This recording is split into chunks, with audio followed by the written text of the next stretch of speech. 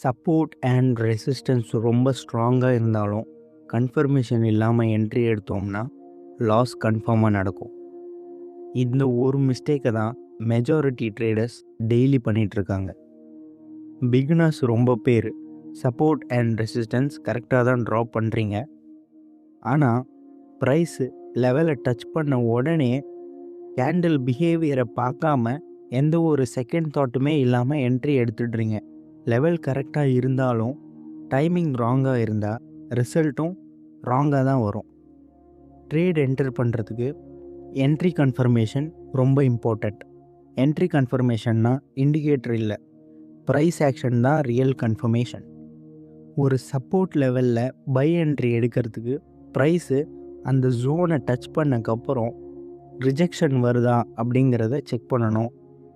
Same ரெசிஸ்டன்ஸில் செல் trade எடுக்கிறதுக்கு அந்த ஜோனுக்குள்ளே என்ட்ரானதுக்கப்புறம் rejection வருதா அப்படிங்கிறத கிளியராக செக் பண்ணணும்.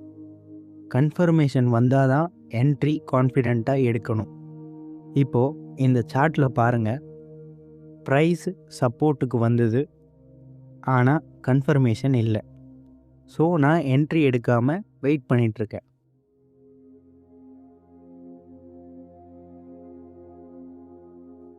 நெக்ஸ்ட் கேண்டில் ரிஜெக்ஷன் வந்திருக்கு.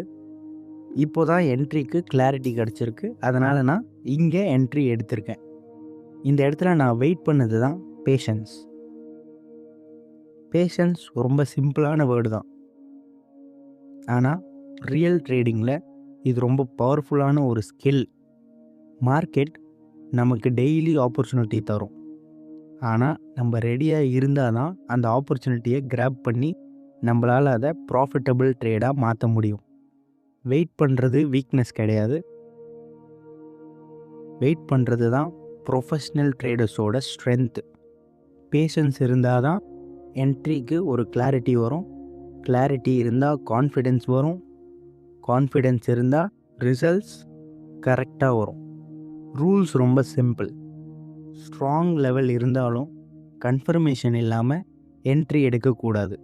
ட்ரேடிங் செட்டப் இல்லைன்னா ட்ரேட் எடுக்காமல் இருக்கிறது தான் பெஸ்ட் டெசிஷன்.